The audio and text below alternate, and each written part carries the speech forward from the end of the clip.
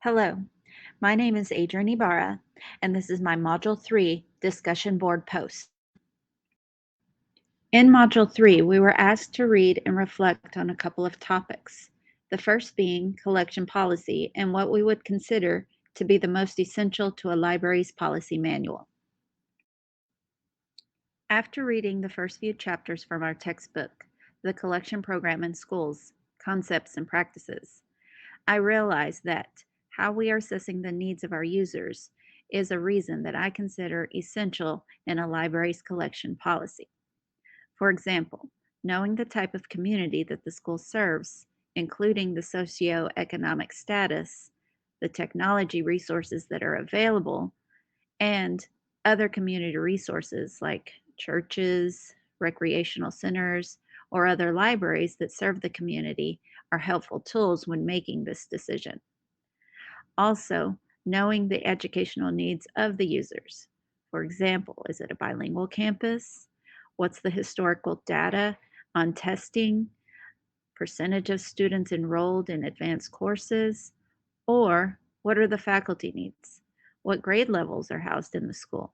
What units of study are emphasized? And are there extracurricular activities available there? Secondly, how are we selecting the materials that will be housed in our libraries? The selection policy should convey the library's commitment to the rights of its users' intellectual freedom. The process of collection determines if an item is considered to be a valuable resource to the collection. And by having a set criteria or a policy, it makes this decision process easier. To piggyback off of my first reason, after we assess the needs of our users, we can begin to select materials that are relevant to them. As stated in the article, Can Diverse Books Save Us? Finding the right book for the right reader is a constant goal of librarianship. Along with giving students choice, diversity is the most important issue in the field of teen and children's literature right now. Lastly, it is important or essential that the procedures for both the assessment and selection of materials in our collections. The reason also goes back to my first and second. After we assess our users' needs and select diverse materials that reflect our population, what are the procedures that we will use for doing both of these? From the ALA website under Workbook for Selection Policy Writing, it states that all steps from screening to final selection should describe the type of materials you will collect. Why are they needed? How to obtain them, as well as procedures for weeding old material and replacing or repairing materials.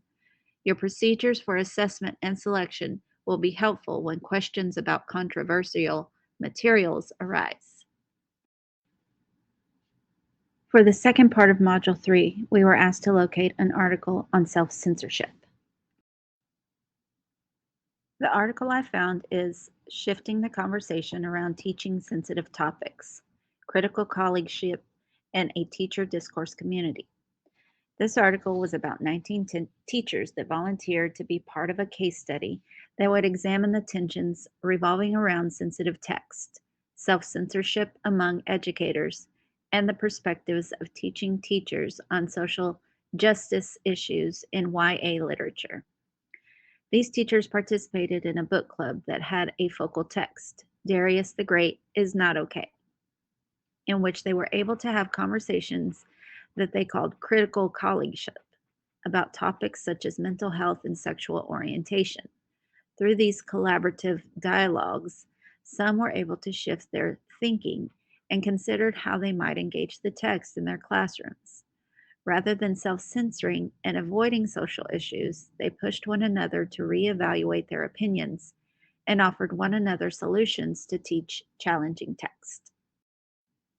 The problem with self censorship is that we are overlooking good quality books because of content that may make us uncomfortable, when we should be pushing for these books so that we can address real life, real world problems that youth of today are actually experiencing. Through good literature, children can learn that their thoughts and feelings are valid and that they are not alone for having such thoughts or feelings.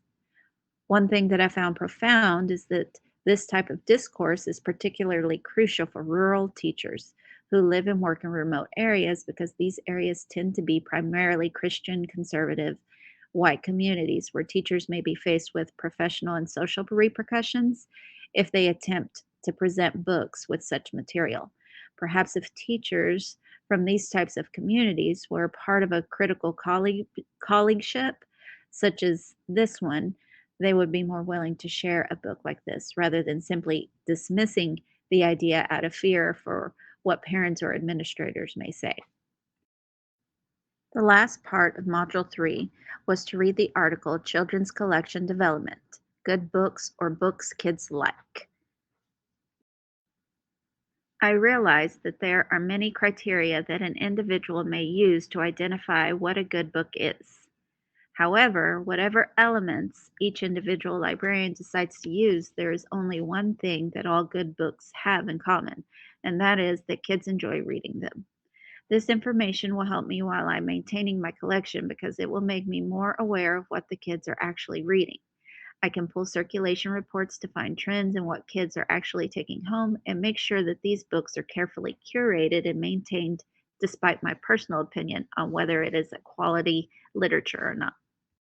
The last slide here is a list of the articles that I used in my discussion post. Thank you for listening.